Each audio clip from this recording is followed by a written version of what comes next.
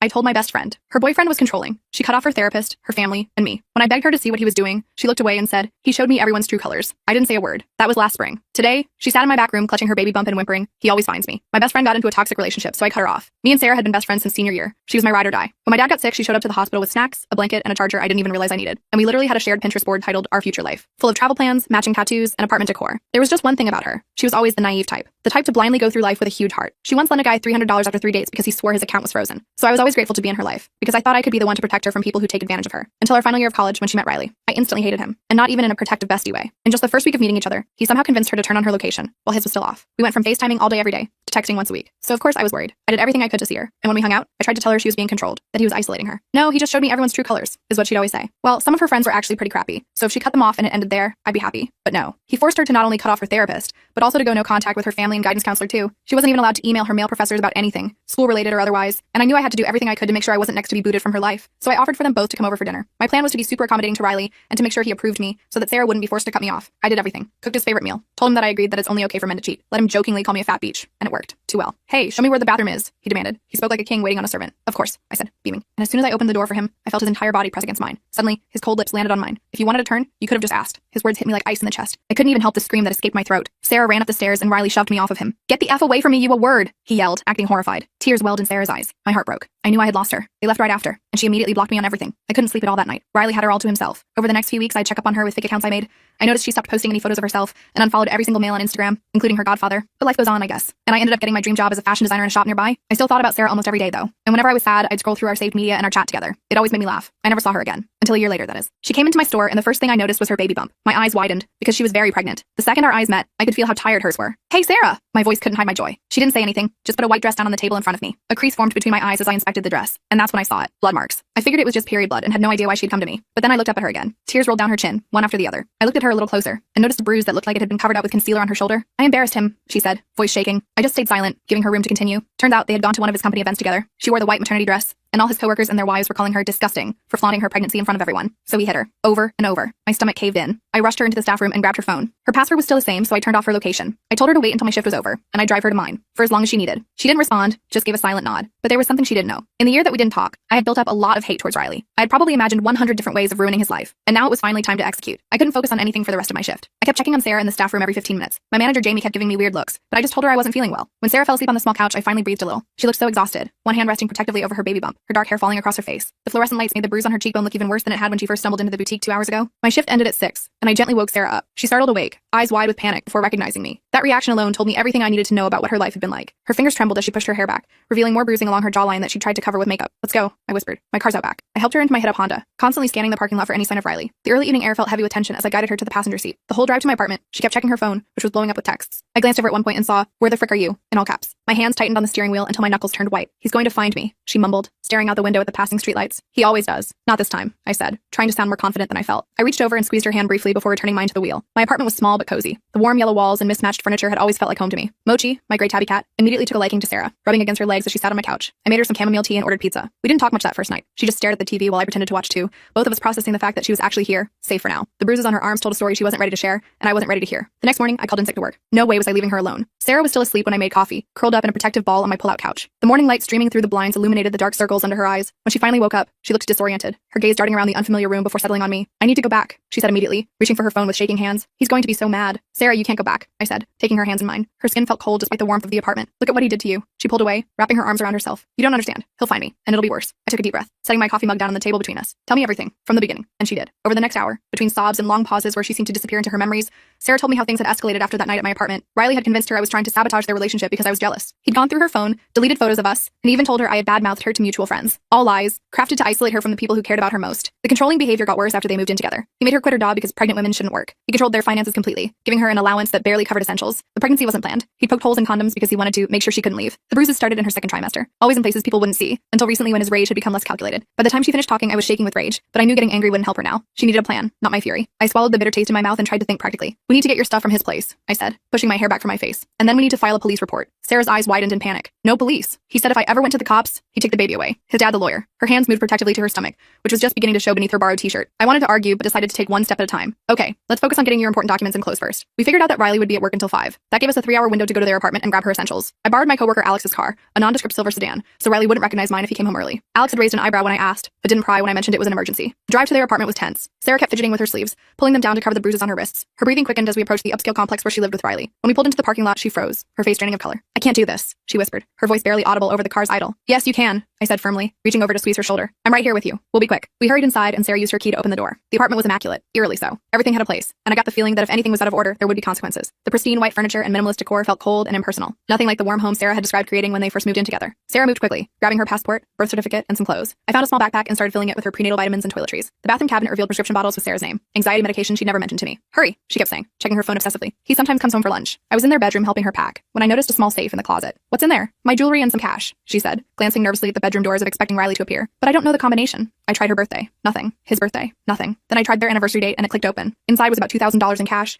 some gold jewelry that looked like family heirlooms, a delicate necklace with a sapphire pendant that Sarah said was her grandmother's, and a USB drive. I grabbed it all, wrapping the jewelry carefully in a soft t-shirt before placing it in the bag. We were almost done when Sarah's phone rang, the sound cutting through the tense silence like a knife. Her face went white as she stared at the screen. It's him. Don't answer, I said, zipping up the backpack. If I don't, he'll know something's wrong, she replied, her hand shaking so badly she nearly dropped the phone. She took a deep breath and answered. Hey babe. I couldn't hear what Riley was saying, but I could tell from Sarah's face it wasn't good. She kept saying, I'm sorry, and I'll be there. Her voice grew smaller with each response. When she hung up, she looked terrified, her eyes wide with panic. He's coming home. Now he said he knows I'm not at the doctor's like I told him. My heart started racing, pounding against my ribs. How does he know that? He called the doctor's office pretending to be my brother, she said, grabbing the last of her things and shoving them haphazardly into her purse. We need to go. Now. We rushed out of the apartment and were halfway to the car when a black SUV screeched into the parking lot, tires squealing on the asphalt. Riley. He spotted us immediately and jumped out of his car, slamming the door behind him. Sarah! He bellowed, storming toward us. What the hell do you think you're doing? I pushed Sarah behind me, feeling her trembling against my back. Get in the car, I whispered to her. Then I turned to face Riley, planting my feet firmly on the ground. He looked exactly as I remembered, tall, conventionally handsome, with that cold, calculating look in his eyes. But now I could see the rage bubbling just beneath the surface, turning his handsome features into something menacing. His expensive suit and perfectly styled hair couldn't hide the monster underneath. Well, well, well, he sneered when he recognized me. The jealous best friend returns. Stay away from her, Riley, I said, trying to sound braver than I felt. My heart was hammering so hard I was sure he could hear it. He laughed, a hollow sound that sent chills down my spine. This is between me and my fiancé. This doesn't concern you. His eyes darted past me, searching for Sarah. It does when you put your hands on my friend, I shot back, standing my ground despite the fear coursing through me. His face darkened, a muscle twitching in his jaw. She tell you that? Sarah's always been dramatic. Pregnancy hormones making her crazy. He took a step closer, towering over me. I heard the car door open behind me. Sarah had gotten in. Good. Move, Riley said, trying to step around me, his expensive cologne overwhelming as he invaded my space. I stood my ground, blocking his path. No. What happened next was so fast I barely had time to react. Riley grabbed my arm, his fingers digging in painfully. I said move, you stupid butch. I yanked my arm away and shoved him as hard as I could. He stumbled back, surprise flashing across his face before it contorted with rage. He lunged at me, but I was already running to the driver's side of the car. I jumped in and locked the doors just as Riley reached us. He pounded on the window, screaming obscenities, his face red with fury. Go! Sarah cried, her voice breaking with terror. I reversed so fast I nearly hit another car. Riley chased us on foot until we reached the exit, then ran back to his SUV. I took random turns through the neighborhood, constantly checking the rearview mirror, my hands slick with sweat on the steering wheel. He's going to follow us, Sarah said, her voice shaking as she clutched the dashboard. He's going to find us. No, he won't, I assured her, though I wasn't so sure myself. I drove to a mall parking lot and parked in a crowded section, nestled between two larger vehicles. We need to switch cars again. He knows what Alex's car looks like now. I called my other coworker Barbara, who lived nearby. I gave her some excuse about car trouble, and she agreed to pick us up. While we waited, I checked Sarah's phone and found what I suspected, a tracking app disguised as a weather app. I deleted it immediately, then showed Sarah how he'd been monitoring her location all this time. Her hands trembled as she took the phone back. Barbara arrived 20 minutes later, looking confused when she saw Sarah's pregnant belly and our panicked faces. I gave her a simplified version of the truth, that Sarah's ex was dangerous and we needed a ride. Barbara, bless her, didn't ask questions. She drove us back to my apartment, taking a roundabout route at my request, her concerned glances in the rearview mirror telling me she understood more than I'd explained. Once we were safely inside, I triple-checked that all the doors and windows were locked. Sarah collapsed on the couch, exhausted and terrified. I made her some tea and sat beside her, the weight of the day settling over us like a heavy blanket. What's on the USB? She asked suddenly, her voice small in the quiet apartment. I had forgotten about it in the chaos. I grabbed my laptop and plugged it in. The drive contained dozens of folders with women's names. I clicked on one labeled Jessica and found screenshots of text conversations, photos, and what looked like a schedule of someone's daily routine. The next folder, Amanda, contained similar stalking materials. Oh my god, Sarah whispered, her face pale in the blue light of the screen. These are his exes. I opened more folders. Some contained explicit photos that were clearly taken without consent. Others had detailed notes about the women's vulnerabilities. One had debt problems, another had immigration issues. The last folder was labeled Sarah. It contained everything from her social security number to photos of her sleeping. There were even screenshots of conversations between us from years ago, before she even met Riley. He's been stalking all these women, I said, feeling sick to my stomach. This is evidence. Sarah stared at the screen, her hand over her mouth. There are so many. I copied everything to my laptop, then hid the USB in a tampon box in my bathroom. We needed to go to the police, but I knew Sarah wasn't ready yet. She was still terrified of Riley's threats about taking the baby. That night, I made up the pull-out couch for myself and gave Sarah my bed. Neither of us slept much. I could hear her tossing and turning through the thin wall. Around 3 a.m., headlights swept across my bedroom wall as a car pulled up outside. I peeked through the blinds and saw Riley's SUV idling across the street. My blood ran cold. He found us, I whispered to Sarah, who had joined me at the window, her nightgown billowing around her in the air from the heating vent. How? She asked, panic rising in her voice. I thought about it. Your prenatal vitamins. The prescription label has my address on it. We watched as Riley got out of his car and approached my building. I grabbed my phone, ready to call 911, but Sarah Sarah stopped me, her fingers wrapping around my wrist. Wait, she said. If we call the police, they'll just talk to him and leave. Then he'll be even angrier. She was right. We needed more than a temporary solution. I texted my neighbor Robert, an off-duty security guard who lived across the hall. I gave him a quick rundown of the situation, and bless him, he immediately went downstairs to check on a noise complaint. I watched from the window as Robert confronted Riley in the parking lot. After a tense conversation, Riley got back in his car and drove away. Robert texted me that he'd told Riley he had the wrong address and that the building had security cameras everywhere. It wouldn't keep him away for long, but it bought us time. The next morning, I called Jamie and explained enough of the situation that she gave me a week off work. Sarah was a nervous wreck, jumping at every sound. Riley had been calling her nonstop, alternating between threats and apologies. I finally convinced her to turn off her phone completely. We needed help, and I knew just who to call. Jennifer, my college roommate, now worked as a victim advocate at a domestic violence shelter. She came over that afternoon and spent hours talking with Sarah, explaining her options and the resources available. By the end of their conversation, Sarah had agreed to file for an emergency restraining order. The process was intimidating. We went to the courthouse the next day, where Sarah had to detail the abscess in excruciating detail. I sat beside her, holding her hand as she described the escalating violence. The judge granted the temporary order, which would be served to Riley that day. It wasn't a perfect solution, but it was a start. That night, Sarah seemed a little lighter, like she could finally see a way out. We were making dinner when my phone rang. Unknown number. Hello? I answered cautiously. Is this OP? A woman's voice asked. Yes. Who's this? My name is Amanda. I think we have a mutual problem. My heart skipped a hit. Amanda. One of the names from the USB drive. How did you get my number? I asked. Riley's been served with a restraining order. Your name was on the witness list, she explained. I've been monitoring his cases. I'm not the only one. Amanda told me that several of Riley's exes had formed a support group. They'd been gathering evidence against him for months, but were too scared to come forward individually. When they heard about Sarah's restraining order, they saw an opportunity. We want to help, Amanda said. All of us. The next day, I met Amanda and 3 other women at a coffee shop across town. They all had similar stories. Riley had charmed them, isolated them, then absed them. Each had evidence, texts, emails, photos of injuries. Together, it painted a damning picture of a serial abuser. He's escalating, said one woman named Mary, her dark eyes serious as she showed me photos of her own bruises from 2 years ago. What he did to me was bad, but what he's doing to Sarah is worse. They agreed to give statements to support Sarah's case. It felt like we finally had a fighting chance. But Riley wasn't going down without a fight. The next day, he showed up at my workplace. Jamie called me in a panic, saying he was making a scene, claiming his mentally unstable pregnant wife was hiding with me and needed medical attention. I told Jamie to call the police and not to tell him anything. By the time I called Sarah to warn her,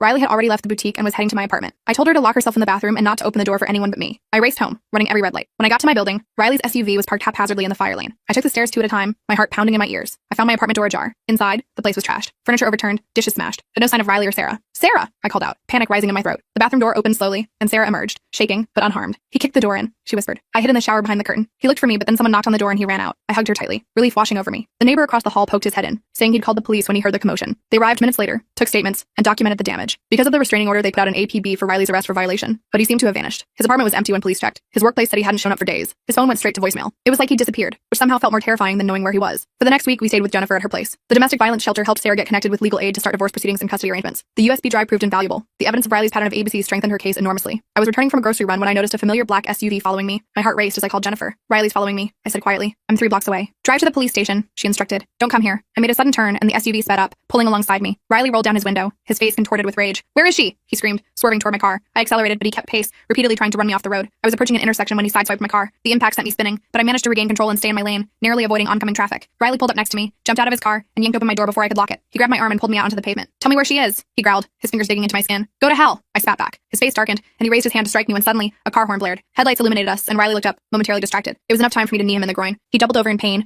and I scrambled back into my car, locking the doors. The other car pulled up beside us, and I recognized the driver. It was David, one of Sarah's cousins. He must have been driving by and recognized Riley. David jumped out of his car and confronted Riley, who was still hunched over in pain. Police are on their way, a hole, David shouted. Riley looked between us, then ran back to his SUV and sped away, tires screeching. David helped me back to Jennifer's place, where Sarah was waiting anxiously. When she saw my bruised arm and torn clothes, she broke down. This is all my fault, she sobbed, her tears falling onto my shoulder as she hugged me. No, I said firmly. This is Riley's fault. Only Riley's. That night, we decided enough was enough. With help from Jennifer and the other women, we devised a plan to end this once and for all. The next morning, we put our plan into action. Jennifer helped us contact a lawyer friend who specialized in domestic violence cases. We gathered all the evidence, the USB drive, photos of Sarah's injuries, screenshots of threatening texts, and statements from Riley's other victims. The lawyer, a no-nonsense woman named Valerie, reviewed everything and told us we had a solid case. This is more than enough for a permanent restraining order, she said, organizing the files on her desk. And with the property damage and assault charges, he's looking at serious jail time. Sarah still seemed hesitant. She kept rubbing her belly and looking at the floor. What if he comes after the baby? She whispered. What if he gets custody? Valerie shook her head firmly. With this evidence and these witnesses, that's not happening. Courts don't give children to documented abusers. We filed the paperwork that afternoon. The court date was set for the following week. In the meantime, we stayed at Jennifer's place, taking turns watching the door and windows. David and a couple other friends took shifts sitting in cars outside, keeping an eye out for Riley's SUV. 3 days before the court date, Sarah's water broke, 2 weeks early. I rushed her to the hospital while Jennifer called the police to let them know what was happening. We were worried Riley might show up. The labor was long and scary. Sarah crushed my hand through each contraction, tears streaming down her face. I kept telling her she was doing great, even though I had no clue if that was true. The nurses gave me weird looks, probably wondering who the hell I was. I'm her person, I told one nurse who asked if I was family. She just nodded and handed me an ice chip cup. After 18 hours, Sarah gave birth to a baby girl. She was tiny but perfect, with a full head of dark hair and these little fists that kept punching the air. Sarah named her Lily. When they placed the baby on her chest, Sarah looked at me with exhausted, tear-filled eyes. Thank you, she whispered, for everything. I cried like a baby myself. Not gonna lie. The hospital had a uniformed police officer posted outside Sarah's room due to the active restraining order. We thought we were safe, but Riley had other ideas.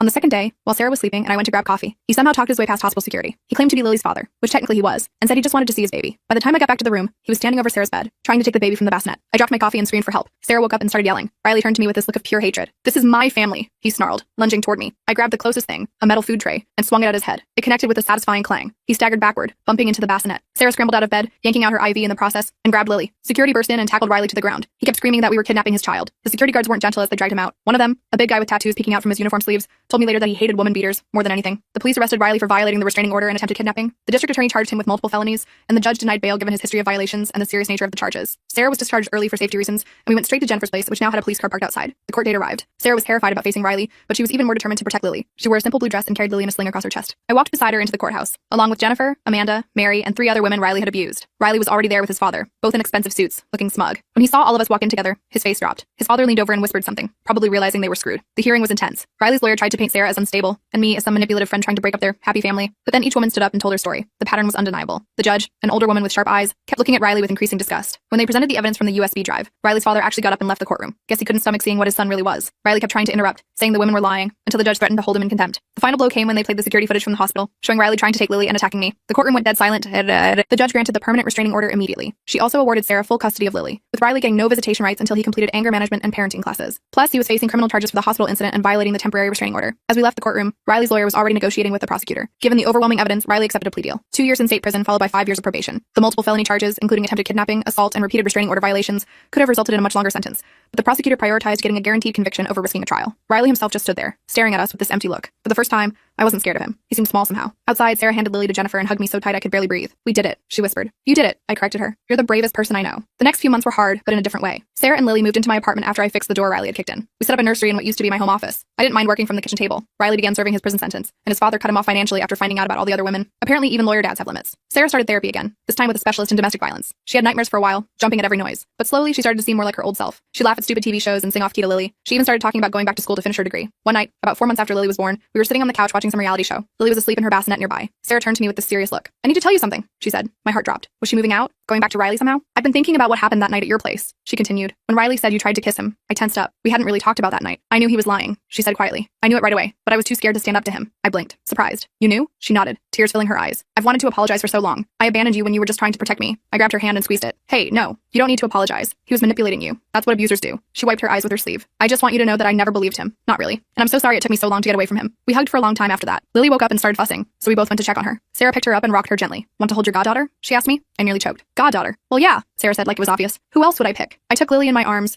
this tiny human who somehow already had my whole heart. She grabbed my finger with her little hand and held on tight. A few weeks later, we revived our old Pinterest board. Our future life got some updates, baby-friendly vacation spots, toddler bedroom ideas, and a whole section on single mom hacks. We still had our matching tattoo plans, just pushed back a few years. Sarah found a part-time job at a bookstore that had a daycare area where Lily could stay while she worked. I kept my job at the boutique, but picked up some freelance design work on the side to help with expenses. We made it work. The other women from Riley's past became like family. We had monthly dinners where everyone brought food and shared updates on their lives. Amanda got engaged. Mary started her own business. Everyone was moving forward. 1 year after Lily was born, we threw a big birthday party at the park. All our friends came, including Jamie and Barbara from the boutique, David and his girlfriend, and Jennifer with her new puppy. Sarah's parents were there too. She'd reconnected with them after leaving Riley. As I watched Sarah help Lily blow out her birthday candle, I thought about how much had changed in 2 years. From losing my best friend to gaining a whole family. From feeling helpless to finding strength I didn't know I had. That night, after everyone left and Lily was asleep, Sarah and I sat on the balcony with glasses of cheap wine. "Remember our old plans?" she asked, scrolling through our Pinterest board on her phone. "Greece and Japan? Still gonna happen," I said confidently, just with a tiny third wheel now. She laughed and got serious again. "I don't think I ever thanked you properly for not giving up on me." I shrugged, embarrassed. "That's what friends do." "No," she said firmly. "Most people would have walked away. You didn't." I didn't know what to say to that, so I just clinked my glass against hers. "To us," I said. "To us," she echoed. "And to Lily, who's going to grow up surrounded by badass women who have her back." I smiled, thinking about the future stretching ahead of us. Not perfect, but ours. And Riley free. Last week I was organizing some old photos and found one from senior year. Me and Sarah making stupid faces at the camera, arms around each other's shoulders. I framed it and put it on the shelf next to a new one. Me, Sarah, and Lily at the beach, all wearing matching sunglasses. Sometimes I think about how close I came to losing my best friend forever, how Riley almost succeeded in destroying her. But then I look at Sarah now, laughing, strong, free, and I know that some bonds can't be broken, no matter how hard someone tries.